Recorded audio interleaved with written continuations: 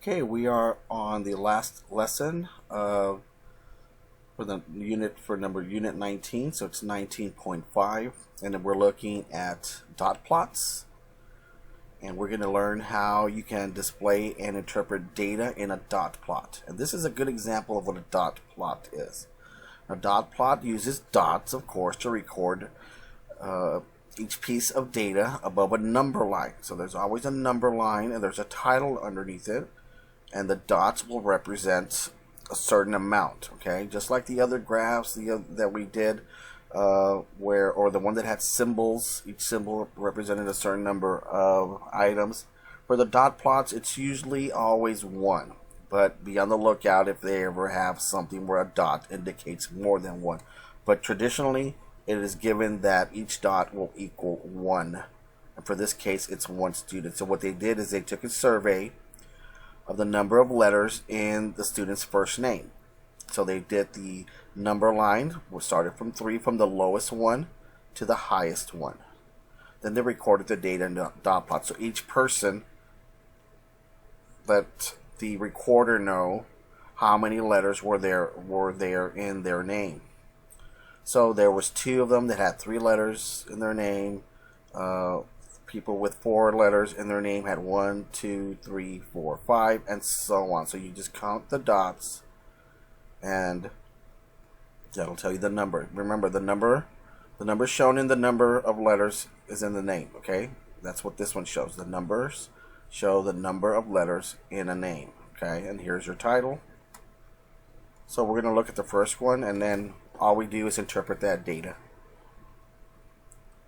So the first one here is fill in the number on the number line. The 6 stands for what? For 6. The 6 here, what? The number of letters in a name. Okay, the number of letters. So there are how many dots above the 6? 1, 2. There's 4. So 4 students have 6 letters in their first name. And here's where we start to analyze the data. Which number of letters was found most often? So we go look at the number of letters in the name, and which one has the most dots. In this case, it'd be 5. Okay. So most students had 5 letters in their first name. Okay, write a sentence to describe the data. So in here, you would just look at how you can explain this related to this. That's the way I like to do it. So I'm going to look, I could say how many were there between 3 and 5. So it looks like there were more students with 3, 4, and 5 letters in their name than students that had 6, 7, or 8 letters in their name. Okay, again, when you want to write a sentence or describe the data, you just look at the data and then just create a statement that is true. Okay, or you could have said,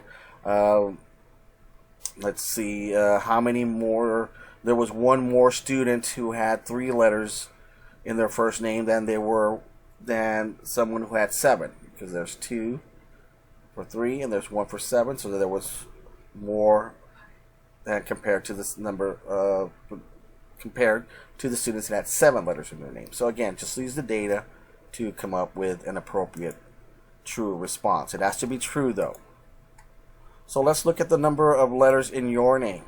Okay, how many letters are in your name, and then record it. See if it falls in this number line. If it doesn't, extend it and put yours. In my case, my name is Abelardo. Abelardo has 8 letters. Okay, I want to see where yours falls in there. Now for the next activity, again, we're not in the classroom right now, so I'm gonna give you the data that you're gonna be placing in here. So we're gonna be looking at this one right here. Okay, and this, if we were in the classroom, we'd be rolling this and coming up with the data here for the numbers in the cube. So numbers tossed here will be the numbers in the cube. So this one will be 1.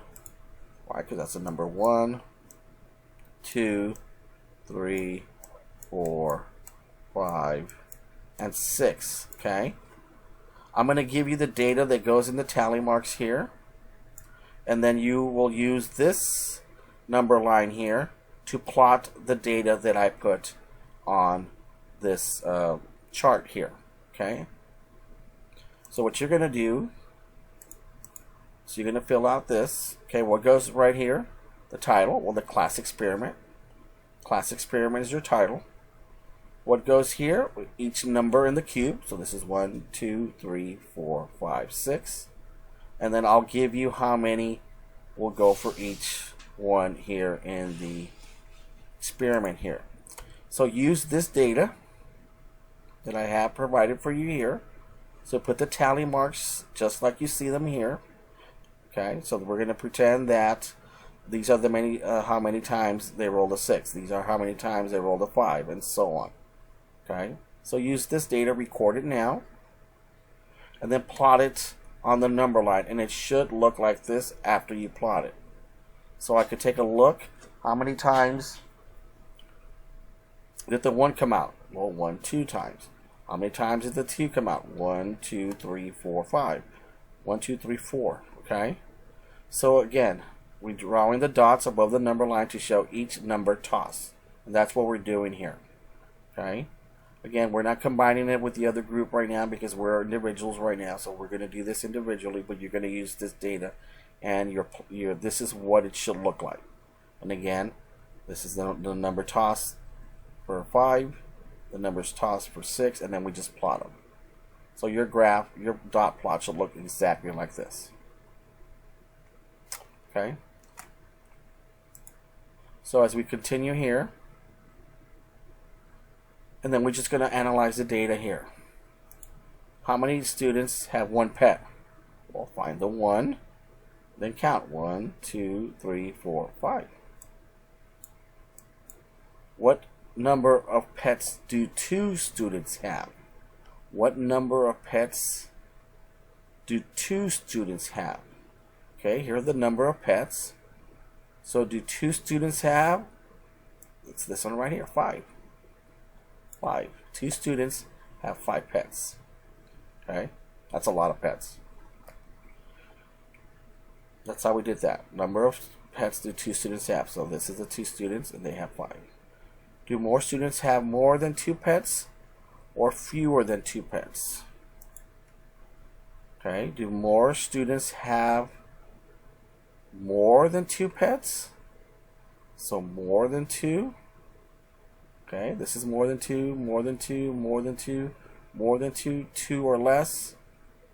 Well, it'll be more than 2. More than 2. Oops. More than 2. Students have more than 2 pets than fewer than 2 pets, because these are all the ones that have more than 2. And again, that's how we interpret the data. That's the key, what we want to be able to do right now, interpreting that data. Okay, so we have the same thing right here that we had before. Fill in your dot plot. Here's your title already. How many years have you owned your pet? This is a title here. So you put your numbers here. You start always with the lowest one. 1, 2, 3, 4, and 5. And then we plug in our dots. 1 was 5, so it's 1, 2, 3, 4, 5. 2 was 6. 1, 2, 3, 4, 5, 6. 3 was 5. 1, 2, 3, 4, 5. 4 was 3. 1, 2, 3, and 5 was 2. That's how it'll be straighter, of course, than what you would do, but you get the idea. Then we just answer the questions. I erased it. I have it over here too.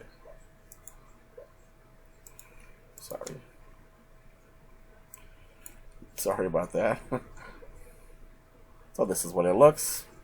So let's answer the question now. How many students have owned a pet for 1 year? So number of years, here it is. A pet at 5. 5 students have owned a pet for 1 year. Which number of years is found more often? So which one is found more often? So we look at which one has more. So it'll be 2. 2 years.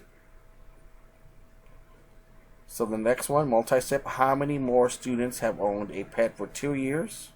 Oh, excuse me.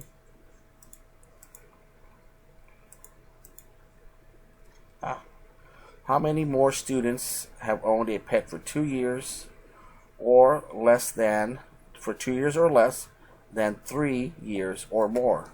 So how many more students have owned a pet for 2 years or less? 2 years or less would be 2 years.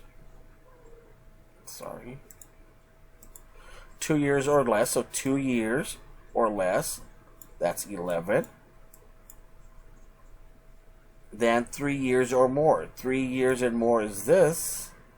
So that's 8, that's 10. So you subtract, that's how you get 1. One more student.